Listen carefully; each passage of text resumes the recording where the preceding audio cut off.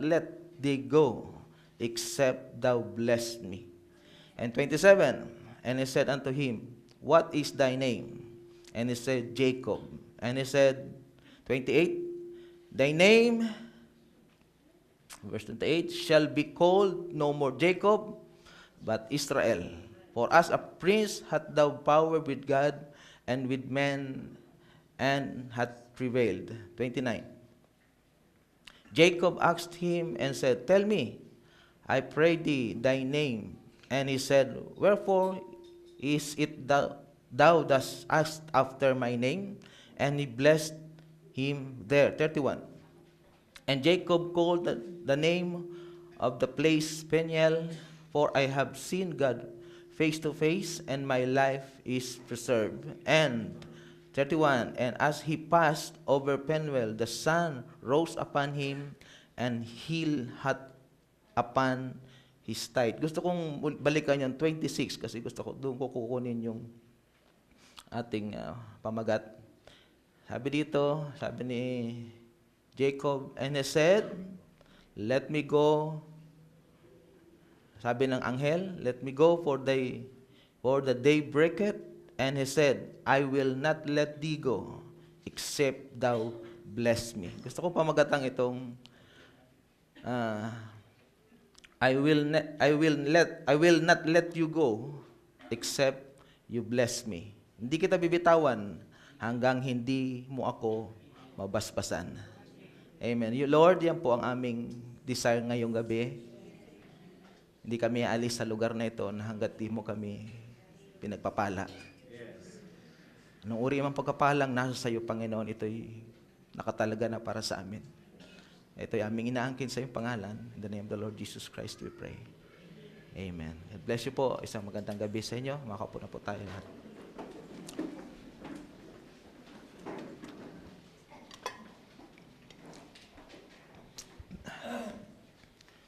I will not let you go except you bless me. Ito ay isang pangusap ng isang desperadong tao na kailangan niya talaga ng pagkapala sa buhay niya. At naway yan naman din desire natin sa gabing ito. Hindi tayo napunta dito para mag-aksaya ng panahon, kundi gusto natin sa bawat gawain ay makatanggap tayo ng blessings ni Lord. At gusto kong pasalamatan lahat ng inyong mga prayers sa mga pagkapalang natanggap namin sa church. Kung hindi dahil sa mga panalangin ninyo, ay yung po ay konektado po sa blessings namin sa church sa Bulacan. At hiling na lang namin doon, malaking lote. Kasi nga, nabisita nila Brother Roming last Sunday at ilang mga kapatiran dito. Salamat sa mga kayang people na patuloy na sumusuporta sa pag-MC, sa pag-song lead. Minsan siguro, pag napunta kayo doon, hindi na song lead, exhort na kayo minsan. Amen. Para higit na mapakinabangan yung mga kaloob nandun sa ating mga kaluluwa na idiniposito ni Lord. Okay, kung ano man ang inyong nakikita sa church ng Bulacan ay hindi nyo pwedeng ipagtaka dahil lahat ng yon ay galing din naman sa panalangin ninyong lahat. Kasi kasama yon sa package nung express ni Pastor Ray ang blessings nung magkaroon ng ordination doon, pinanghawakan na namin yon. Sabi niya, pagkapalain ang church na ito. At hindi po pwedeng hindi pagpalain ang church ni Lord. Dahil pag kumuha kayo ng bahagi ng Panginoon, nandun na yung blessing sa loob nun. Amen. Amen. Praise the Lord. At sa gabing ito ang ating pag-uusapan. At andito si Brother David, hindi ako masyado marunong sa English. Mabuti na lang may interpreter.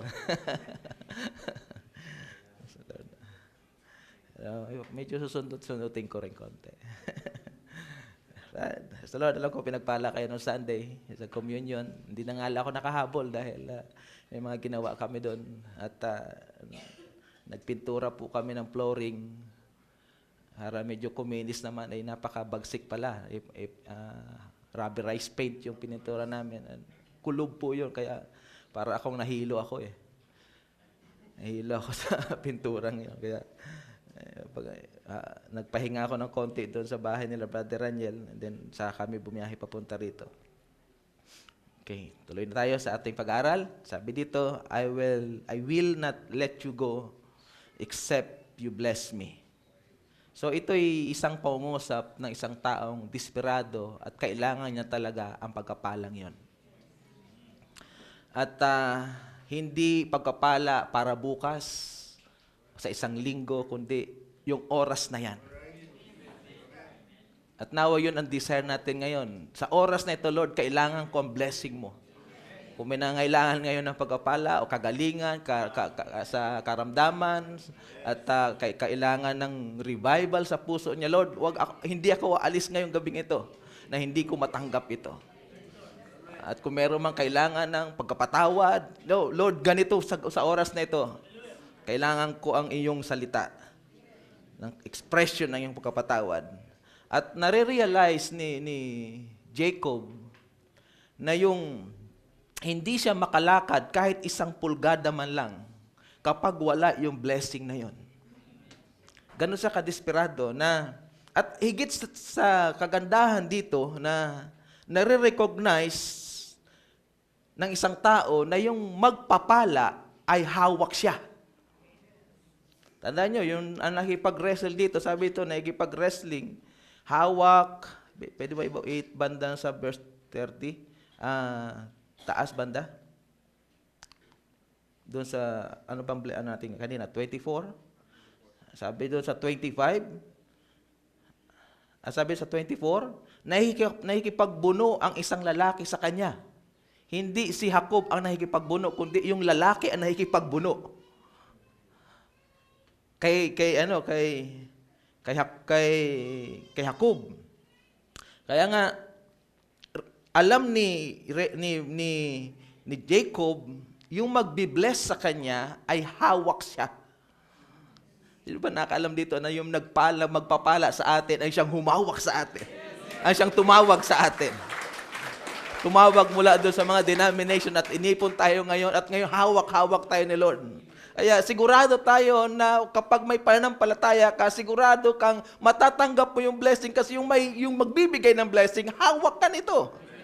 Hindi mo lang siya basta hawak, kundi hawak ka nito. Kaya ganito na lamang ang salita expression ni Jacob sa kanya, na huwag mo akong bitawan, hindi kita bibitawan hanggang hindi mo ako mabasbasan. Napakahalaga yung kay Jacob ng mga panahon na yon. At sa ganitong kalagayan, ang sabi ng scripture doon sa binasa natin, Jacob was left alone. Naiwang mag-isa si Jacob. Left alone. At iyang salita na yan ay ginagawa talaga yan ni Lord sa bawat mananampalataya na ikaw ay ilalagay niya sa isang sitwasyon na ikaw na lang ang mag-isa. Na tila lang baga sa paligid mo, ang tingin ng iyong literal na mata, wala na akong mga kapatiran dito. Ni maging si pastor, hindi ko matawagan. Kasi nga, inilalagay ang isang tao, ang isang anak ng Diyos sa ganong sitwasyon. Kasi alam ni Lord na meron siyang ibibigay sa taong yun. Di ba minsan naranasan natin, para bagang wala tayong kasama kapag dumaraan tayo sa masalimuot na buhay? Si Lord pala yun. Si Lord pala ang kumikilos tayo kasi gusto kanyang masolo. Kasi meron siyang nakalaang package sa'yo. Package pala yun. Kaya minsan dati naranasan ko na yan. Pag dumaan ako sa marami pagsubok, akala ko na lang, pinabayaan ako ni pastor. Para wala na akong mga kaibigan. Pero yung totoong may kaibigan sa atin, nasa tabi lang natin siya. Kailangan lang nating ma-recognize ang presensya niya. At yan ang ginagawa ng Diyos sa tuwing dilalagay niya tayo sa isang kalagayan na nag-iisa na lang tayo. Kaya nga, tingnan nyo, maraming tao ngayon, nakarang mga linggo, na traffic yung na-stranded yung LRT, MRT ba o LRT? Dahil may nagpakatiwakal. Iniisip nila, wala na silang kamag-anak na mahilingan ng tulong. Kaya sabi, wawakasan ko na lang ang buhay na ito. Pero salamat sa Panginoon, nandito tayo ngayon. May Diyos na nagpapaalala, hindi ka nag-iisa. Hinahayaan ka lang niya para masolo ka niya. Okay, sabi ng scripture sa Romans chapter 9 verse 13, as it is written, Jacob have I loved, but Esau have I hated. So iyan ay pangungusap ng isang Diyos na alam niya ang patutunguhan ng dalawang taong ito.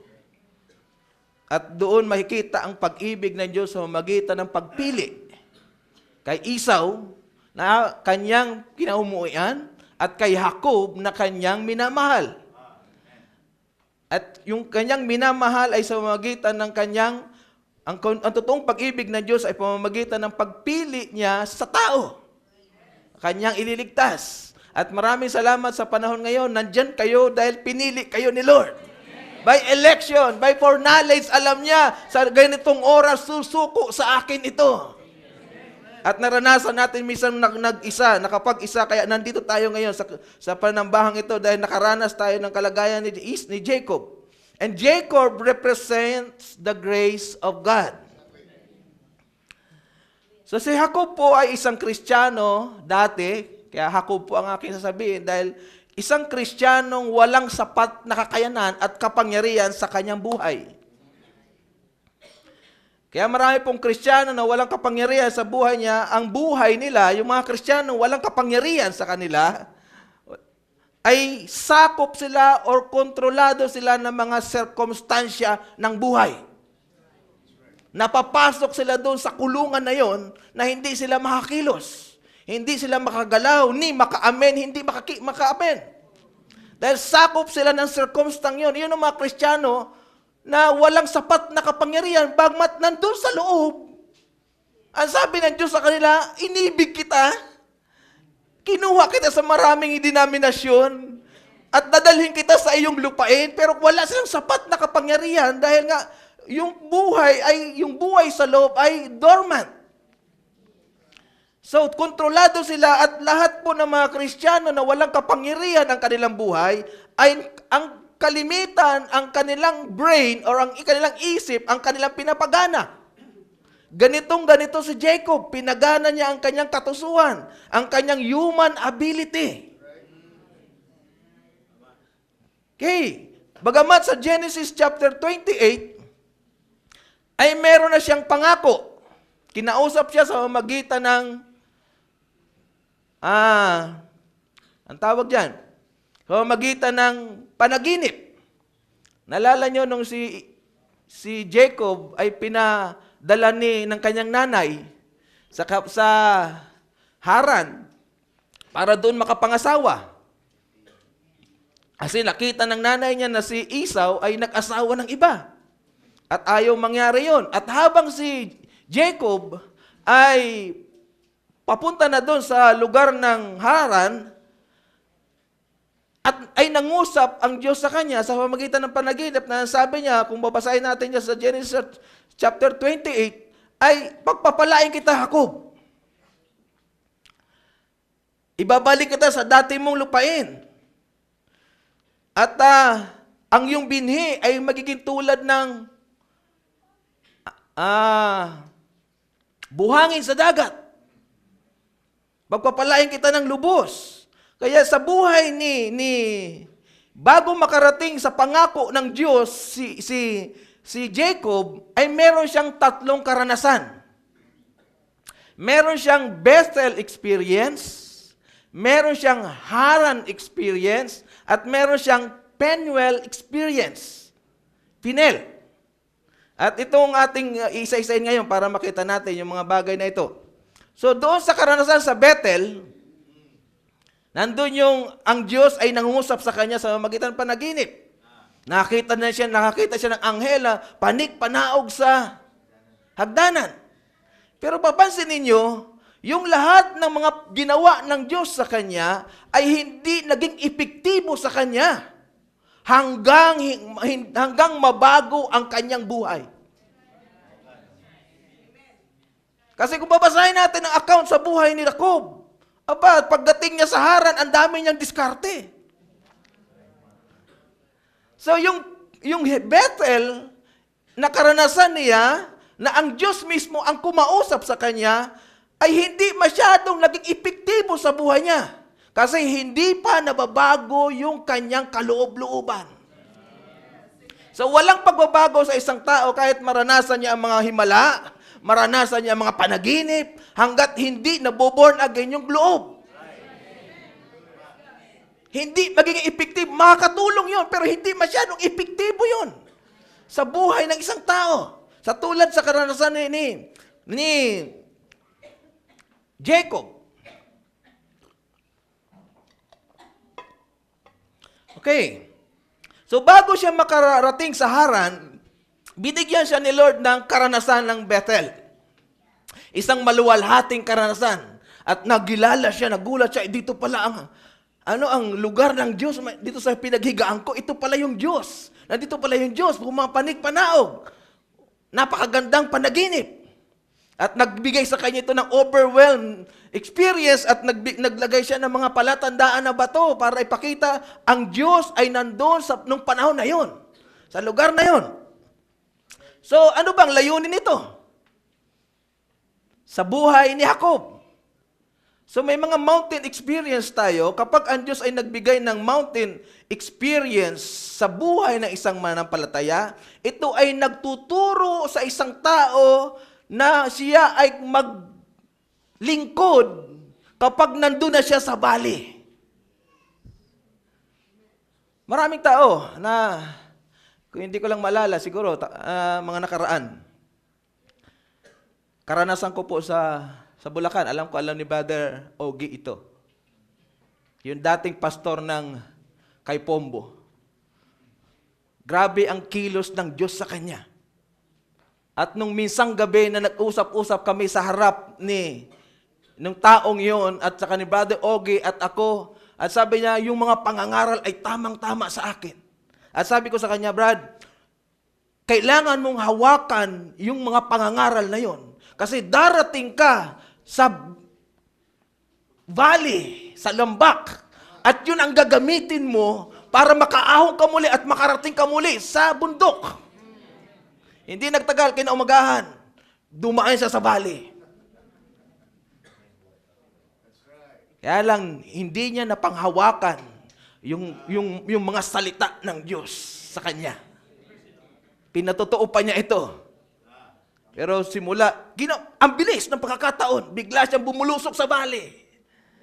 So, makikita natin, ang karanasan, o meron naman tayong mga karanasan dito sa church, at binibigyan tayo ng karanasan, tinuturuan tayo ng Diyos na ito'y magamit at makapaglingkod tayo kapag dumating tayo sa pinakailaliman. Ito kasi marami mga tao nagsasabi, kinikwento na, ang ganda ng aking naranasan, ang ganda ang aking naranasan sa church at tinaas ako at lahat na. Kaya lang pagdating ng problema, hindi nila nalalapat ng tama yung dapat sanang gustong ipagawa sa kanila ng Diyos. Mas lalong lumala tuloy. Pero pag naiugma natin ng tama, ilalagay ka uli sa taas. Hanggang mamalayan mo na lamang lumalakas na ang kalooban mo. Nagiging tapat ka na sa Diyos. Kasi alam mo, ang Diyos kumikilos. Amen. At marami karanasan po sa Bulacan ganyan nangyari. Pero salamat sa Panginoon, mas lalong tumatatag ang mga mananampalataya. Mas higit silang nagtitiwala sa Diyos pala ng mga panahon na yan. Amen. So napaka-importante ng valley experience. Ng mountaintops experience tulad nito ni Jacob, na bago siya pumunta ng Haran, ay pinaranas muna siya ng maluwalhating karanasan sa Bethel. Ngayon, sabi ko nga sa inyo, hindi naging epektibo kay Jacob yung mga pangyayaring yon. At sabi dito, kung titingnan natin ang buhay ni Jacob, makikita natin yung long suffering ni Lord. At yung pasensya ng Panginoon. Nasa kabila ng kanyang mga failures, ay hindi nagbago ang kaisipan ng Diyos sa kanya. Di ba nakaganda niyan? Sa kabila ng mga ups and downs natin, hindi nagbago ang Diyos, ay palitan ko na kaya si ganito. Hindi nagbago sa ang paningin niya kay Brother Sog. Sa kabila ng mga ups and downs, nandito pa rin siya. Nagpapatuloy kahit may kirot, may raramdaman sakit. Pero dahil yung long suffering ni Lord ang gumukuha dyan sa'yo. Yung pagpapasensya niya. Ang Diyos pasensyoso sa mga anak ng Diyos. Pero sa hindi niya anak, hindi. Pero nagpapaulan pa rin siya. Sa mga mabuti at sa mga masama. Pero sa mga anak ng Diyos, hindi siya magbabago. Determinado pa rin ang Diyos na pukpukin ang ginto. Alam niya kasi may ginto sa loob nun. Hindi pa nga lang lumarating yung kanyang oras na gustong sumuko ang pagsuko sa ating Panginoon. So makita natin, ang Diyos ay determinado sa kanyang salita. Tandaan niya yan. Dahil ang nangako siya kasi na hindi ikaw Jacob ang pumili sa akin. Ako ang pumili sa iyo. Ngayon kung alam nyo ang karakteristik ni Lord na sa oras na ito, hindi kayo ang pumili sa Kanya, kundi siya ang pumili sa iyo, anong katatayuan meron ka dapat ngayon? See? Iyan nagpapatibay sa mga bride. Iyan nagpapatibay na salita. May pangako siya. Sumumpa siya sa panahon natin ngayon. Sa magitan ng pagtaas ng kanyang kanang kamay. Para patunayan sa iyo, kahit anong mangyari, huhugutin at uhugutin kita. Ilalagay kita sa kawangis ko. At gusto ko lamang makita sa iyo, magpakumbaba ka lang parati sa akin. Ilagak mo lang parati sa akin ang iyong mga kaisipan. At lahat ng mga bagay na gusto mo, ibibigay ko, tutulungan kita. Ang sabi ng Diyos, hindi ko ibibigay sa iyo ang lahat ng gusto mo. Gusto ko, ang sinabi niya, tutulungan kita pag may kailangan ka. Magkaiba yun. Amen. Sino ba nakaranas yan ngayon? Sa pagtulong ni Lord. Lahat kayo pwedeng magtayo ngayon para sabihin, ang tulong ni Lord available parati sa akin. Oh. Salamat sa Panginoon. Ganito pala yun. Alam niyo po, hindi ako nakatulog kagabi. Balik-balik was ako, hindi ko alam kung ano ipapangaral ko sa inyo. Kasi napakarami nyo nang narinig. At pag pinapakinggan ko ang mga preaching dito ni Pastor, wala na akong dapat sulingan. Kundi pero may inspiration sa Lord na nangailangan. Amen. Paulit-ulitan natin itong pinapaalala ng Espiritu Santo sa atin. Pinili kita. Pinili kita. Anong pinapangambahan mo kung may Ebola virus? Pinili kita sa likod niyan. Sa gitna ng mga bagay na pinili kita. Kung kaya kong proteksyonan ang mundong ito, kaya kitang proteksyonan sa akin dakilang kamay. Kasi ang humugot sa'yo. Ako ang pumili sa'yo. Sino makapaghiwalay sa'yo kung ikaw ay hawak ko? Di? So yan ang naging determinado sa Lord. Bagamat si Jacob, hindi masyadong determinado. Nakakita na siya ng mga himala. Nakakita na siya ng ladder, pabanig, panaw. Pero hindi siya naging determinado doon. Pero ang Diyos kasi determinado, alam niya yung taong yun ay bahagi niya. Yan ang gustong ipakita sa atin ng message of the hour na ito. Kayo ay bahagi ko. Kaya kailangan nating tumayo kung ano tayo. Anong pagkakatawag sa atin?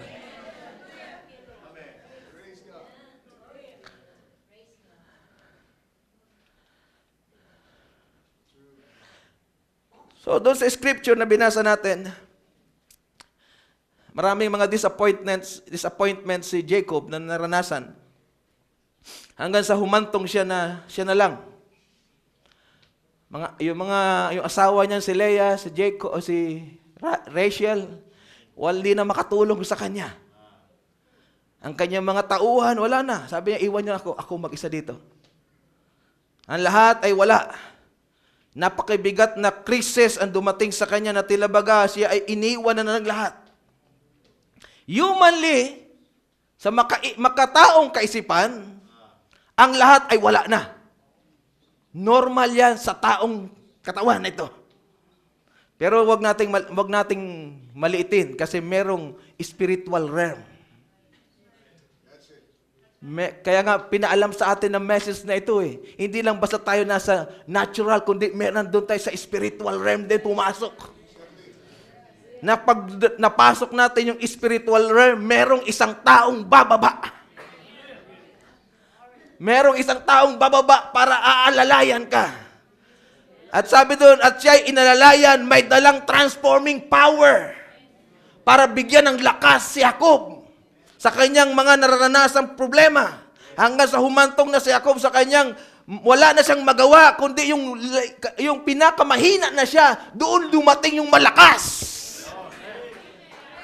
Ako ang kalasag mo, Jacob. Pangako ko ito sa iyong mga amang Abraham. Nung siya'y lumapit sa akin, ako ang naging protection niya. Kaya ngayon, bababa din ako dahil ikaw bahagi ng aking pinangakuan. At yun ay tumalon ngayon sa atin. Hallelujah! Yung pangako na yun ay muling ibinuhay ngayon sa atin. At sino na mga Jacob ngayon? Kayo na dapat yun tumatayo. May Jacob tayo pero may Israel tayo sa ating loob. Na dapat tumayo sa mga pangako ng Diyos. Mahina ang katawan pero may espiritu doon sa loob na nagsasabing, Ama! Abba! Father! Iyan ang lakas na isang bride!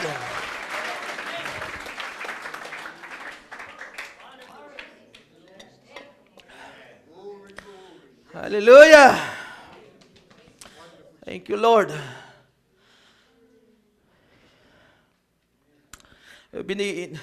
Binigyan si Jacob ng mga disappointments sa buhay para siya ipanganak na muli. So, kung tingnan natin, meron siyang Bethel. Gusto kong balikan ito. Haran experience and Peniel experience. At yung mga karanasan na po yan ay umabot yan ng 20 years. Simula nang siya ay umalis sa kanyang mga magulang, hanggang siya ay bumalik doon sa kanyang dating lupain. Ikot-ikot siya 20 years. At sabi doon, those 20 years of experiences, since God spoke to him and said, I will give you all this.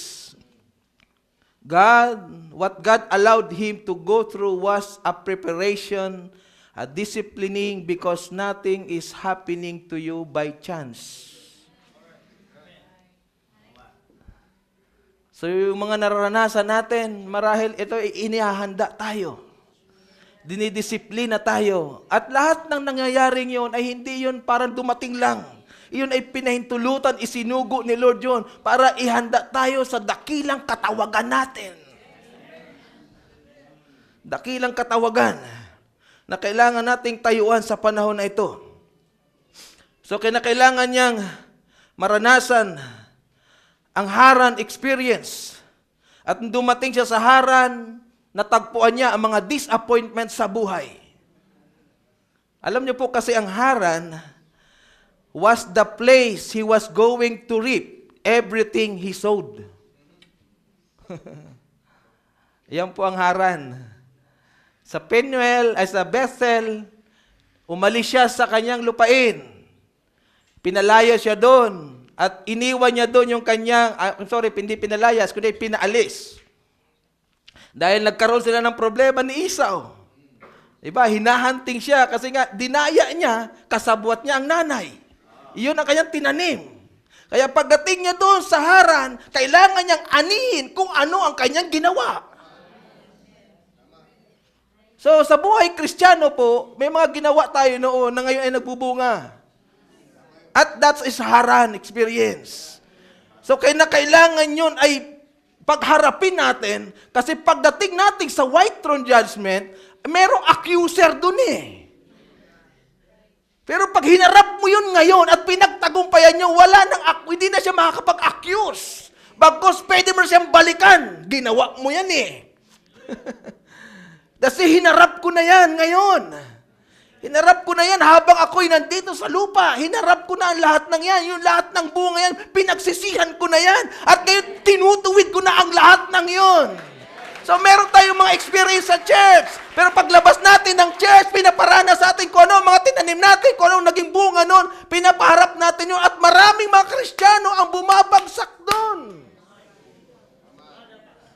Pagdating sa Haran, kasi lahat na, yung lugar na yan, lahat ng mga tinanim natin dati pa, ay ito ay ating haharapin at ating aanihin.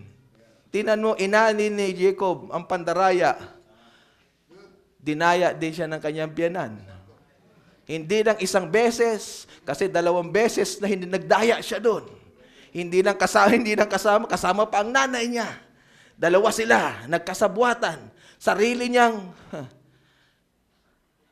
asawa, dinaya, at mga anak. At kasi ganito nangyari, gusto kasing magpaluto ng tatay sa mahal niyang anak na si Esau. Ayaw magpaluto sa kanyang asawa. Gusto sa anak. So, alam niyo po ba ito, mga scripture na ito, inspired ni Lord? Bakit sinulat yun dyan?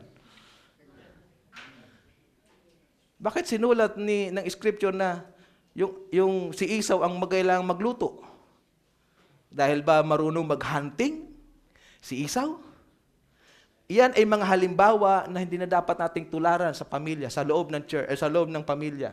Meron kasing ganun. Dahil sa favoritism, ito na lang, ito na lang. Yung nanay, yung ministry ng nanay, hindi na napapakinabangan. Hindi na nagampanan ng gusto.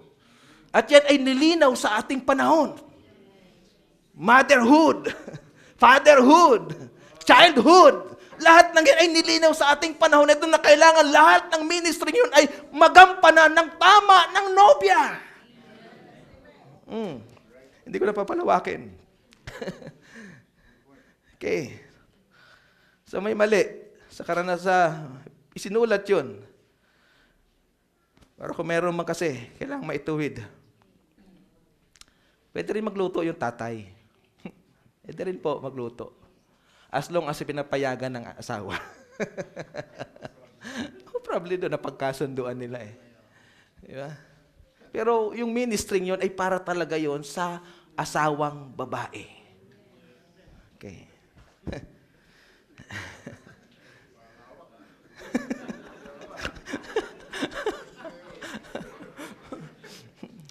Maliwanag po ang sinabi ng prophet diyan.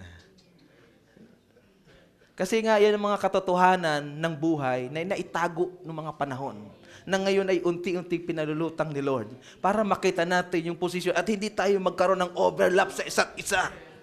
Mahal, ikaw nga magluto. Busy ako. Nananahi ako dito. Ikaw na magluto.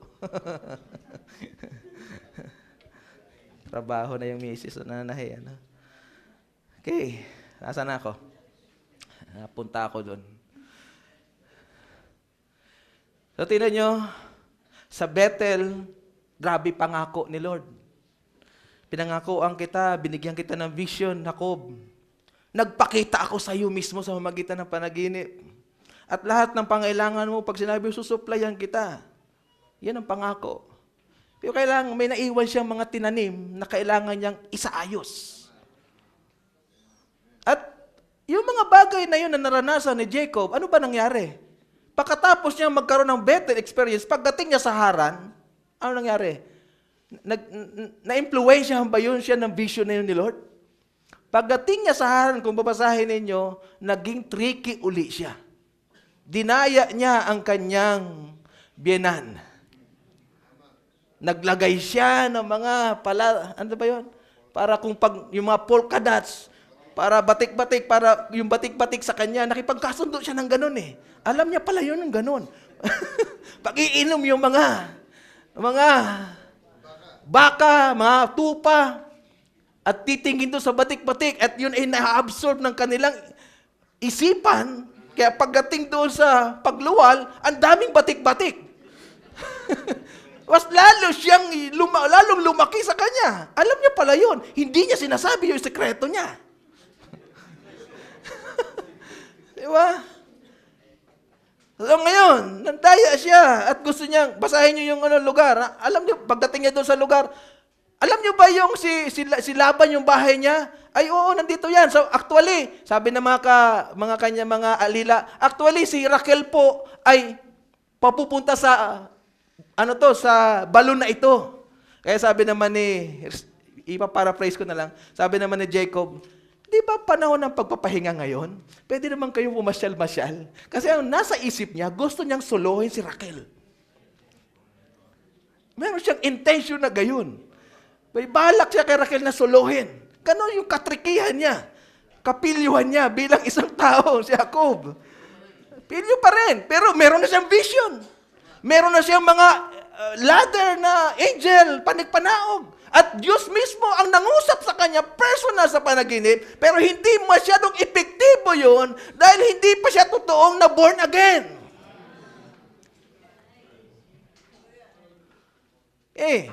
So sabi doon, sige punta ron, hanggang sa naging tricky siya sa lahat ng panahon.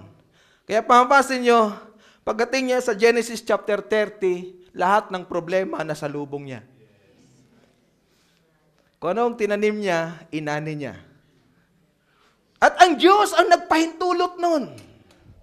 So ang Diyos ang nagpapahintulot. Pag may problema kayo, ang Diyos ang nagpapahintulot nun. Di na natin yung bawat sides. Ito ba ay tinanim ko dati? At ito'y aking haharapin. At kung ito'y kalooban ni Lord, alam niya, susuplayan niya ako ng sapat na lakas para maharap ko ito. Dahil ako'y tinawag niya. See? So, ang lahat ng mga bagay, walang tsansa. Lahat ang Diyos ang nagpahintulot. Kaya pagdating niya sa Genesis chapter 31, lahat nandiyan na yung opposition. Nandiyan na si Laban, galit na sa kanya. Yung mga anak ni Laban, mga kapatid ni Leah at saka ni Rachel, pressure na siya. At sinasabi sa kanya, pumunta ka dito, wala ka naman dala eh. Pagdating mo dito, ikaw pa ang mayabang. Dahil sa katusuhan mo. No, na-pressure si Jacob. Pressure siya, kaya ang ginawa niya, alsabalutan. Pagdating ng gabi, alsabalutan, inipon yung mga anak, inipon yung mga handel, halabira, layas. Na hindi man lang nagpaalam at magpasalamat sa taong nag-welcome sa kanya. Sipin yung karakter yan. Pero may vision, may battle experience, may katawagan. Yan ang problema, sabi ni Brother Bram, by experience doon nagkakatalo. Ang dami ko kasing naranasang ganito at lahat na wrong. See, kailangan yung salita mismo. Yung transforming power mo ni Lord ang makasama ng isang tao. Ay, naranasan ko na yan. Huwag mo nang ikwento sa akin yan. Dami ko karanasan ganyan. So, ganyan ang tao. So, instead na lumapit siya sa Diyos kasi meron naman siyang connection eh. May pangako sa kanya, pagpapalain kita. Na sa halip na lumapit siya sa Diyos, nag-alsabalutan. Dinamay pa yung mga asawa at mga anak niya na walang kaalam-alam. At wala man lang pasasalamat sa tao, sa biyenan niya. Alright. Oh.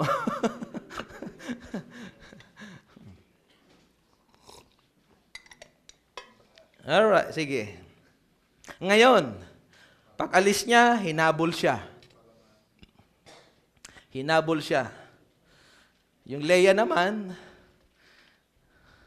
kinuha din yung Diyos-Diyosa ng tatay niya. At inupuan. At nagsinungaling sa tatay, tayo, hindi ako makatayo, may dalaw eh. Ba't isipin niyo yung lahat ng karakter ni Jacob, dahil asawa niya yon, nailipat doon. Diba? Influence. Yun, tinan mo, konektado na. Dahil sa ginawa ni Jacob. Hanggang sa dumating na itong Genesis chapter 32. Ang Diyos determinado sa kanyang pangako. Pinili kita, Jacob. Hindi kita iiwanan. Hanggang sa dumating na siya ay mag-isa na lamang. Ganon ang gagawin ni Lord sa inyo, bawat isa sa inyo. Wala ang kapatid dyan, walang tawag dyan. Pero gusto kong sabihin sa inyo magandang good news. Good news. Ang Diyos yun. Ang Diyos yun. Kasi magkakaroon ka ng karanasan. Higit na malinaw na karanasan kumpara lamang sa vision. Kasi yun mismong salita ay bababa sa'yo. Magipagniig sa'yo. Magbibigay sa'yo ng liwanag. Tingnan mo ang nangyari kay Jacob. Hinahabol siya. Nilaban ng biyanan niya kasi galit na galit at papatayin sila. Salamat na lamang at hindi natuloy. Kaya nga lang, meron naman nag-aantay sa kanyang Isaw. Tapos na, okay na. Natapos ko ito. Kaya lang, hindi niya maiiwanan to. Isa, hunting na hunting siya, yung kakambal niya. Humahabol sa kanya. Kahit saan siya magpunta, hinahanap siya. Wanted. Nasaan yung mga kakambal niyo ngayon? Nasaan? Oh, tumatawa kayo. Lapit-lapit lang nakakambal niyo.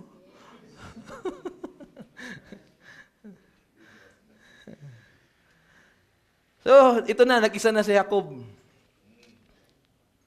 Salamat na lamang, nakipag-wrestling sa kanya yung mighty angel. Hanggang sa dumating sa kanya, nag-iisa na lamang si Jacob, binigyan siya ng tsansa. Kaya sabi sa kanya, ano pangalan mo? Jacob. Sabi ni Jacob, Jacob po.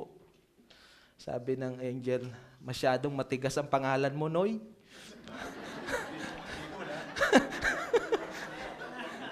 Jacob. Madaya.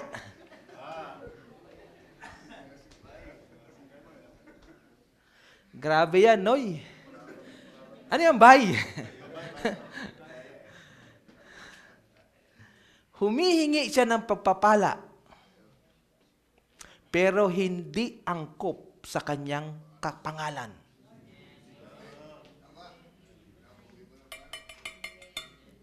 Gusto niyo ng blessing? Tingnan niyo ang pangalan niyo. Kailangan yung pangalan at saka yung blessing ay magkakonekta. Kaya nung tawagin nung sabihin ng katunggali, ano pangalan mo? Ang expression niya, yung dating nature niya, ako po ay madaya. Mandaraya ako. Sabi niya, hindi pwede, no. Hindi pwede yan. Hindi pwede yung Jacob. Ngayon, tanungin kayo ni Lord ngayong gabi, anong pangalan mo?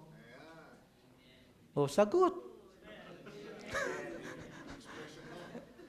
Kasi yung pangalan is a nature. Ay katangian. Ngayon, anong nature mo? Sabi ni Lord. Anong nature mo? Oh, ba't natahimik kayo ngayon?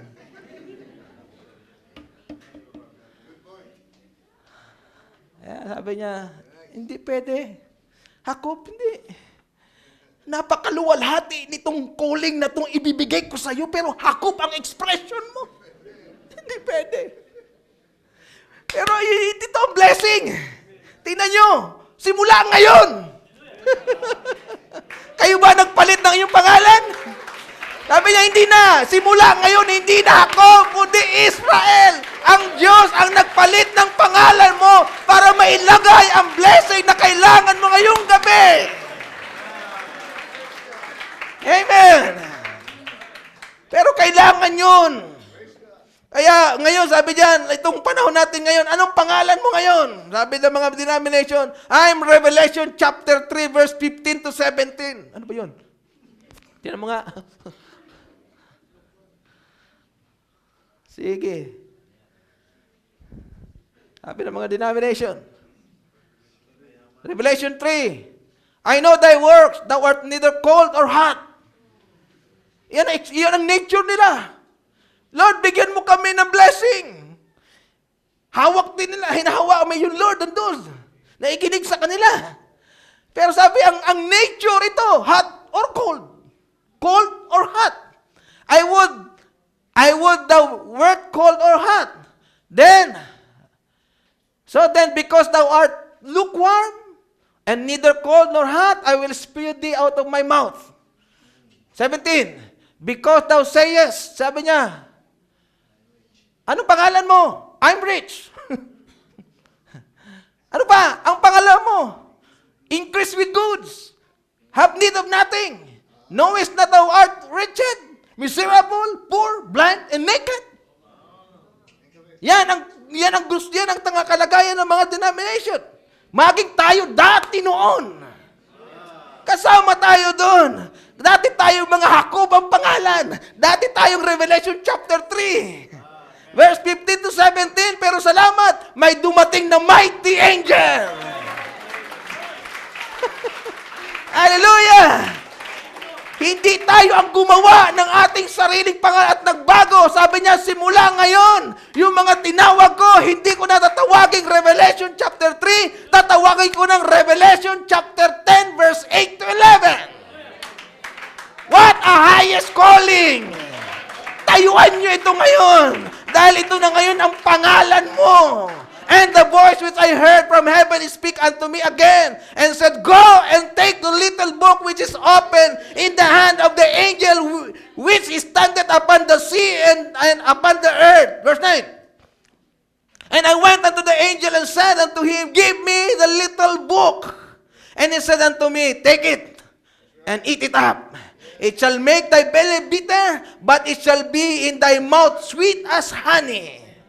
Amen. And I took a little book out of the angel's hand, and I ate it up, and it was in my mouth sweet as honey, and as soon I had eaten it, my belly was bitter. 11. Ano nangyari? Wala na. Iyan ang kalagayan ng pangalan natin ngayon. Pag tinanong kayo ni Lord, muli ako magtatanong, anong pangalan mo? Are you Revelation 3 or Revelation 10? Pagdating nyo sa school, Revelation 3. Pagdating sa trabaho, Revelation 3. Pagdating sa church, ay, Revelation 10 tayo. Dual citizen ka niyan, Neng. Dual citizen. Hindi pwede yung dual citizen.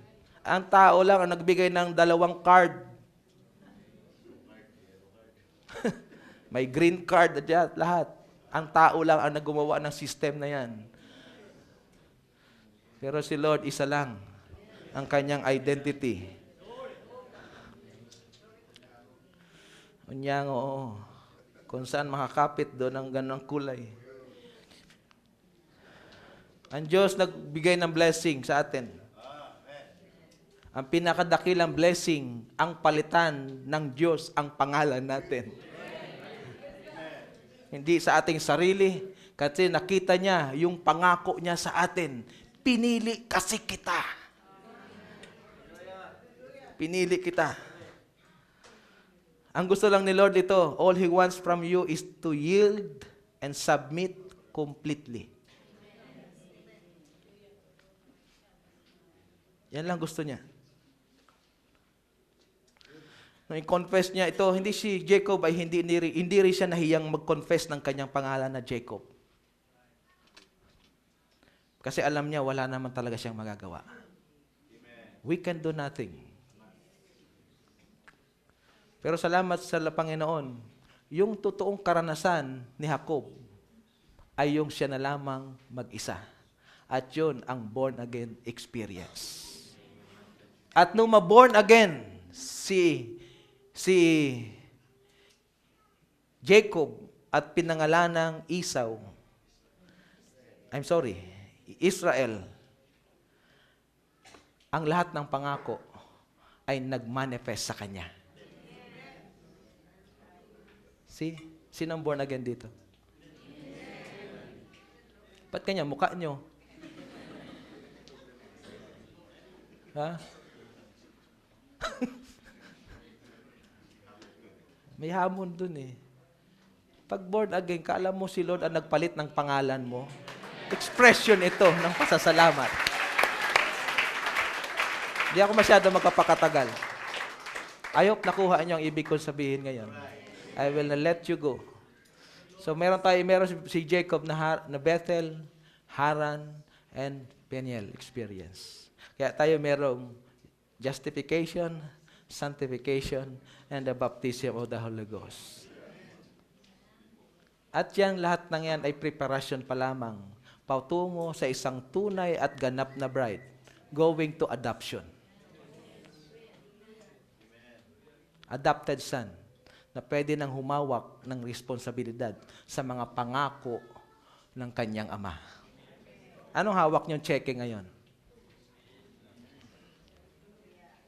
Pinirmahan niyo na ba? Ilan lang nag-amen. Pirmado na ni Lord yun. Tayo ang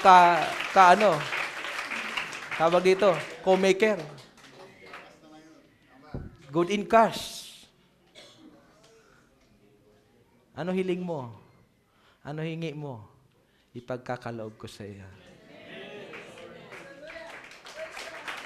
At yung pagkapala po yan, yan po ang pinangahawakan namin. Kaya kung makadaluman kayo sa Pasal Bulacan, hindi kayo magugulat. Kasi parehas yun dito sa church na ito. Amen. Lahat ng yun ay si Lord ang gumawa. Si Lord ang lahat ng gumawa ng yan. Kaya lahat ng mga effort nyo ay ang Diyos ang magbalik ng pagkapala sa inyong lahat. Naway, umalis kayo ngayon na alam ni Lord, na alam nyo na ang pangalan nyo ngayon. Si Lord, parating mapagtanong yan, mapag-usisa yan eh. Mag-usisa si Lord. Kasi gusto niya parating nakakonekta sa atin. Amen. God bless you po. Pagpalain ka ng Panginoon, Pastor.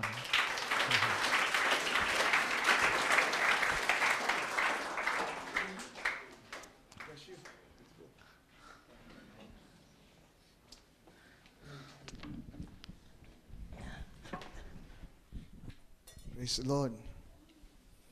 Amen. Anong pangalan nyo? Ngayong gabi. Hallelujah. Salamat sa ating Panginoon. At napakaganda po ng salita ng Diyos na binigay sa atin. Amen. At sana po pagluhod natin ngayong gabi, sigurado tayo sa ating pangalan. Kung meron mang hindi pa sigurado, alam nila na yung expression ng buhay nila ay hindi pa nararapat. Amen. Sa gabing ito, pwede niyong makatagpo si Lord ng mukhaan, katulad ng naranasan ni Jacob. Nang sa ganon, sa gabing ito, ay magkaroon kayo ng tunay na born-again experience. Amen. Malibang makaharap mo ang salita ng personal. Kahit anong karanasan mo dati. Amen. Pag di mo kayang magpasakop sa salita ng Diyos ngayon, pagka ikaw ay naharap sa Kanya, ay hindi mababago ang iyong pangalan. Amen. Once you know na nabago na ang iyong pangalan, amen, wala tayong dapat ikatakot ngayong gabi. Ano man ang ating hilingin, amen. Ang palagay nyo, parang ang layo nyo pa doon sa dapat nyong marating bilang nobya ni Kristo. Sinasabi natin, nobya tayo ni Kristo, pero sama alam natin, meron tayong mga expression na hindi angkop doon sa pangalan natin. Diba? Pero alalahanin nyo yung sinabi sa message ngayon, God is determined to fulfill His purpose in your life. Sabi ng ating propeta, ganito ang kanyang pagkakasabi, God does not change His mind about His word. At kayo ay word niya. Kayo'y bahagi niya. Amen. Kung ano yung inisip niya tungkol sa inyo, kung ano yung dapat maging kayo, amen, ay papangyarihin niya. Kahit anong mangyari, tatrabahuhin niya tayo. Hanggang sa si Jacob ay maging si Israel. Hallelujah. Amen.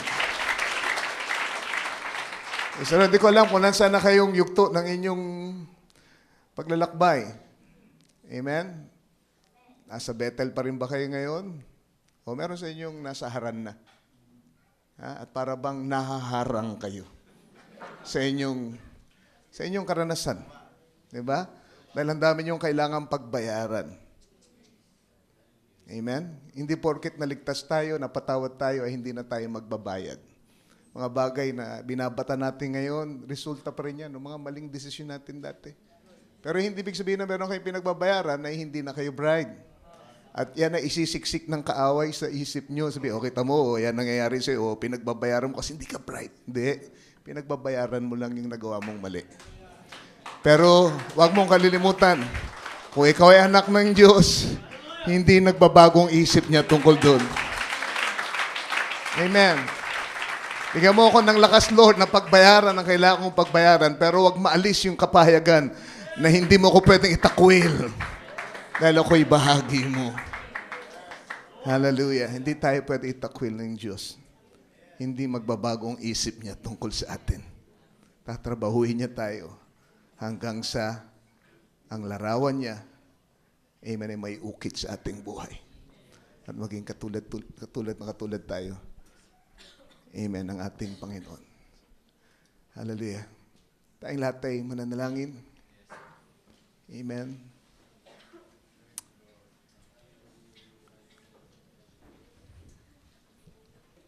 Kung kayo nasa bundok ngayon, alalahanin yung paalala sa atin. Inahanda kayo para sa lambak. Prep yan, preparasyon yan. Dahil sa mga lambak na dadaanan nyo. Kung kayo nasa lambak naman sa gabing ito, lahat ng aral na makukuha nyo, kunin nyo rin. Masakit yan. Masakit ang mga aral sa lambak. Pero yan ang pinakamahalagang aral na makukuha mo. Hindi sa bundok, kundi sa lambak.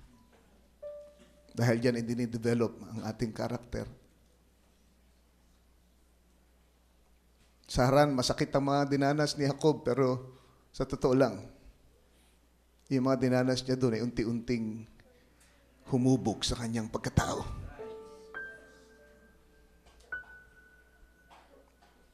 Para pagdating niyo ulit sa bundok, you will have the right character para tanggapin ang blessing ni Lord sa inyo. Dahil natuto na kayo sa lambak, hindi masasayang ang blessing niya. Magiging angkop na ang blessing sa iyong expression. Bakit? Kasi natuto ka na sa lambak. Kaya lahat ng nangyari ay tinakda. Ang ating Bethel, ang ating Haran, at ang ating Penuel ay plano ni Lord sa ating buhay. And we want to thank God for it. Ito ang kwento natin, napakagandang na ipresenta sa atin ngayong gabi. Ito ang kwento ng ating paglalakbay. Hanggang sa makita natin siya ng mukhaan. Manalangin tayo lahat.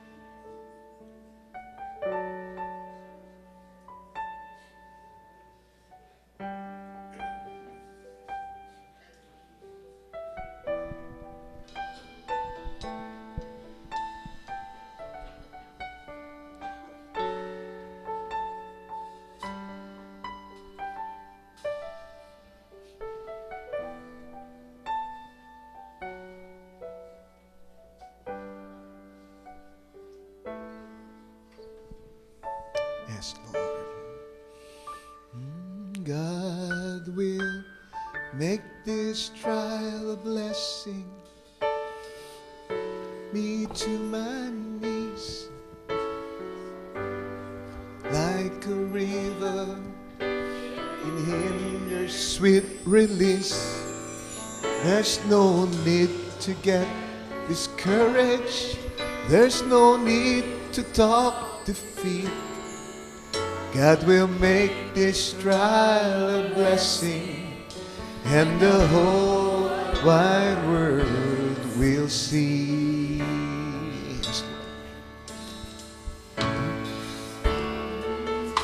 The valley, one like I've never been before. I keep searching for a way out. Seems like padlocks are on the door. Oh, there must be another sunrise, another sunset at sea. God will make this trial a blessing. That's love He has for me. Tayo natin ito maya, panginawit natin. Will make this trial a blessing, though it sends me to my knees, though my tears flow like a river, yet in Him there's sweet release. There's no need to get discouraged. There's no need to talk defeat. God will make this trial a blessing, and the whole wide world will see. It's not first one. This place, you see every child of God. This test he must face. It is here that God will mold you and make you what you ought to be. God will make this trial a blessing. Just be patient, you will see.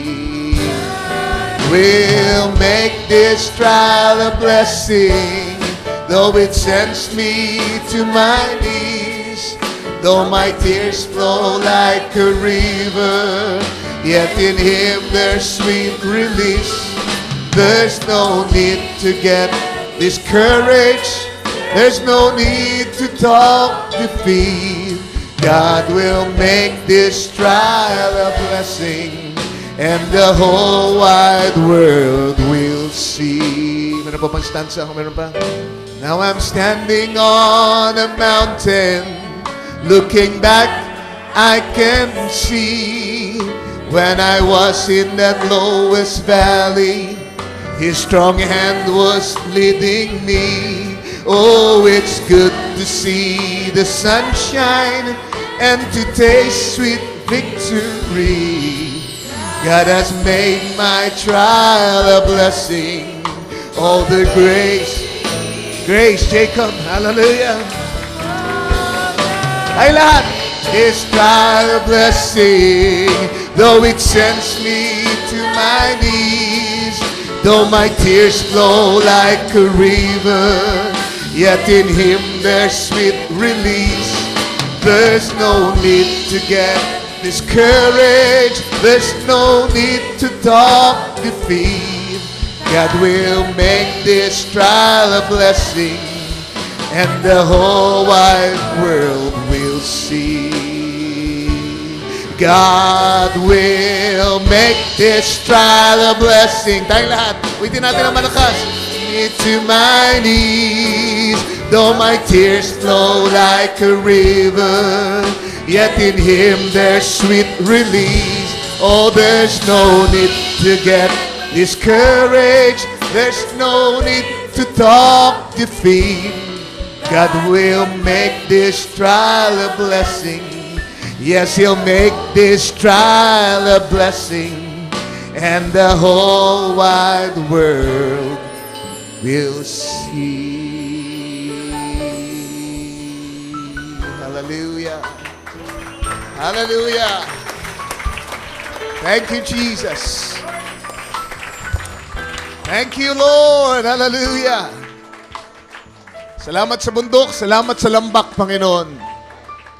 Hallelujah, may plano ka sa lahat ng iyon. At kami ay lubos na nagpapasakop sa iyo. May nagtitiwala ang aming buhay sa iyong makapangyarihang kamay. Ingatan mo po muli ang bawat isa sa amin. At Lord, sa aming kanya-kanyang lakad, Lord, pagharap sa kanya-kanyang buhay namin, Panginoon, huwag namin kalimutan ang mga salita, Lord, na narinig namin ngayong gabi. Kagaya ng aming narinig kanina, Lord, yung mga sinabi mo sa panahon ng aming Bethel ay preparasyon. Kaya mo binigay ang mensaheng yan, may paggagamitan kami. Salamat po. Pagpalain mo ang bawat isa hanggang sa muling pagkikita namin. Sa pangalan ng Panginoong Yesus, ito pong aming dalangin. Amen. God bless you.